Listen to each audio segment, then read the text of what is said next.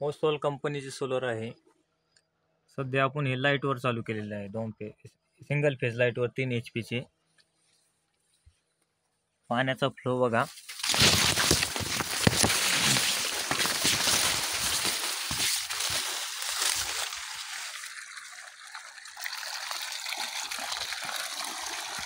तीन इंची पाईप आहे। संध्याकाळची वेळ आहे। सोलर मोटर आपण लाईटवर चालू केलेली आहे। हे 2 फेज लाईट आहे। 2 फेज लाईट या कंट्रोलर याला डिव्हाइसला दिलेली आहे।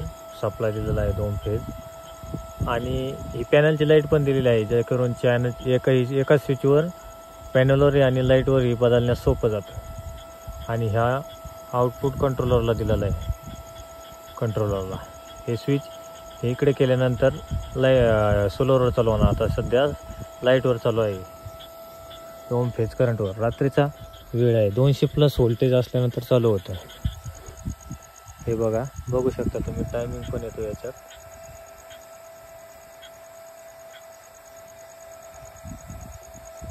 व्होल्टेज आहे, इनपुट व्होल्टेज 400 व्होल्ट इनपुट भेटलेला आहे 2 फेज दिल्यामुळे।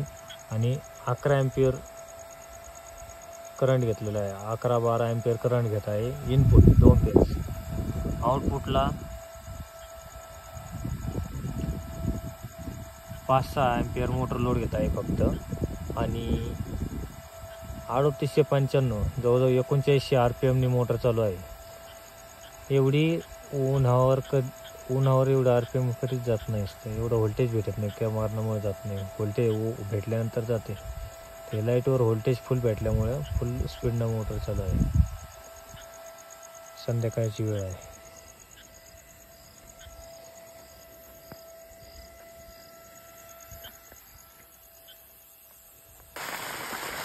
रात्री मोटर आहे आणि संध्याकाळी सोलर लाईटवर चालू आहे। संध्याकाळची वेळ आहे।